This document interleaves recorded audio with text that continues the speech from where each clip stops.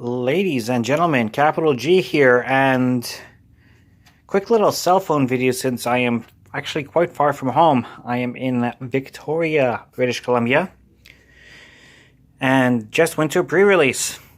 I just went 4-0 in that pre-release, and I am still over the moon about it. That's nothing that's ever happened with me before, so I'm going to show you the build that I had put together, talk a little bit about the Throne of Eldraine sealed metagame, at least what I was dealing with. And you know what, let's just get right down to it. Honestly, I didn't feel so great about the deck because I don't really have any, I didn't feel like I had any real serious bombs. But I did get these guys. So we've got Garenberg Squire, which says that whenever you cast a creature spell that has an adventure, it gets +1/+1 until end of turn. I also got 2 copies of Wandamere, which says whenever you cast a creature spell that has an adventure, it gets a +1/+1 counter. Not to mention, it's efficient 2 mana 2/2 and 3 mana 3/3. So what I decided to go with, since I had some decent removal in black and a couple of good cards there as well, I went Abzan Adventures. So to kind of help me fix the mana, I picked up a couple of these spinning wheels.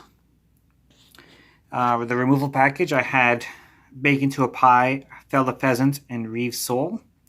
Reeve's Soul is a good early game removal. Gets any creature of power 3 or less. Fell the Pheasant takes down a flyer and gets me some food. And of course, Bake into a Pie gets anything I want at instant speed, dead, and gets me some food.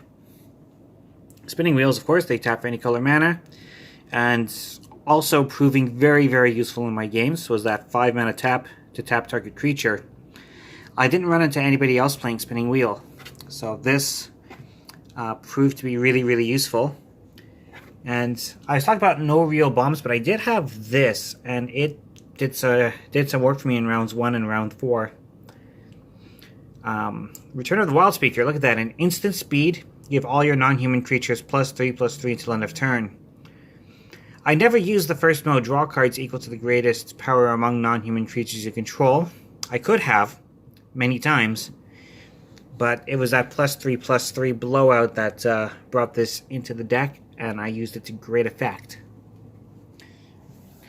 Creatures that I played with, one of the things that brought me into Abzan was Sir Conrad. 5 mana, 5/4, and it's whenever another creature dies, it's put to a graveyard from anywhere other than the battlefield, or a creature leaves the graveyard, my graveyard specifically, this deals 1 damage to each opponent. And that mill ability, of course, to drain life that way also worked. This pile is sort of more my good stuff creatures. Inquisitive Puppet actually did a lot of work for me. And I'll show you why that was shortly. The Archon of Absolution. I didn't see it too much in my games, but in my first round of play, this made a big difference. And actually, that's the thing the thing that got me excited about this deck is that every card played a role. Like, every card helped me get there one way or another. Like Cauldron Familiar being able to drain some life for me.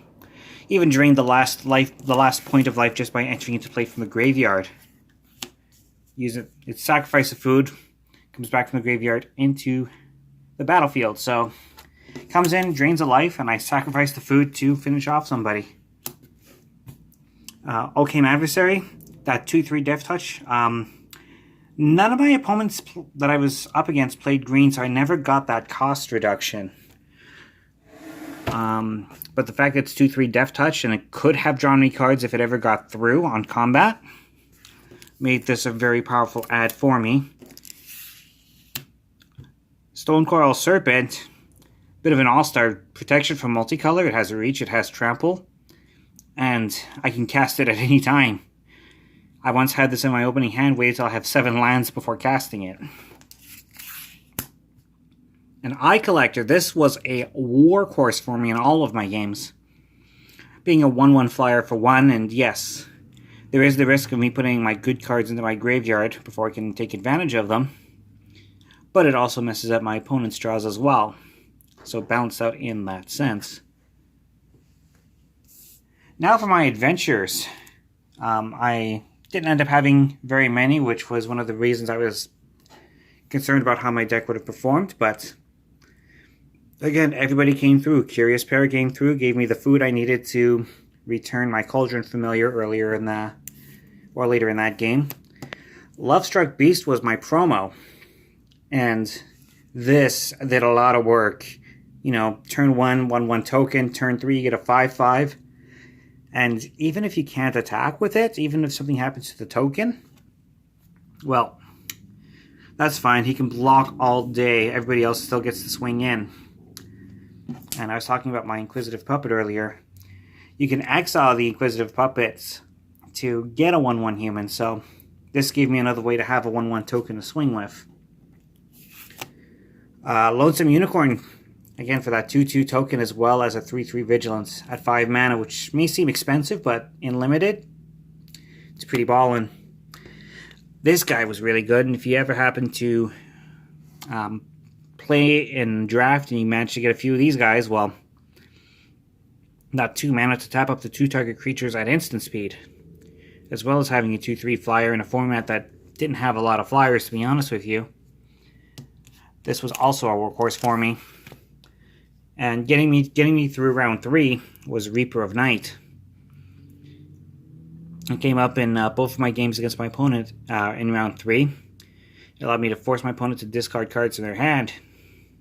So that proved very valuable. And the fact that he was a 4/5 flyer, basically a 4/5 that often flew by the time he came out.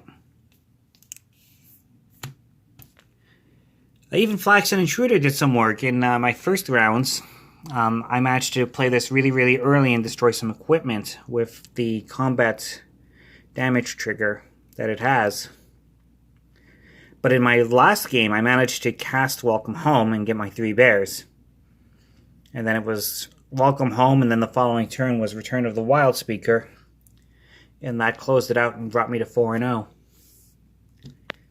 And Foulmare Knight, the fact that it draws me a card and loses me a life for 3 mana, pretty decent. And then getting that 1/1 Death Touch after the fact.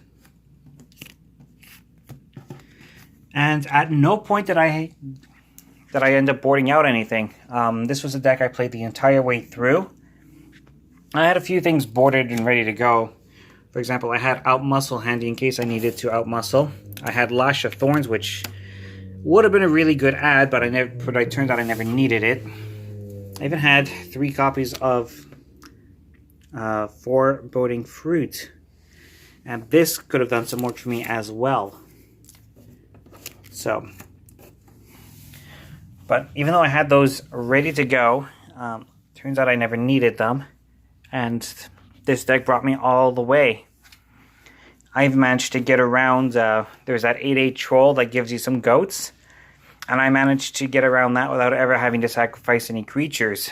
I did not want to give my opponent the card advantage there. So yeah, that was my 4-0 deck, pardon the amateurish cell phone video. Not a typical approach for me, but again, I'm a little far from home and I don't have a proper camera. And rather than wait a week and a half to do this video, I figured I'd share this with you straight away. Anyways, let me know what you all think. I'll show you some of my polls later on in the week, probably when I get back home. And until then, I'll talk to you later.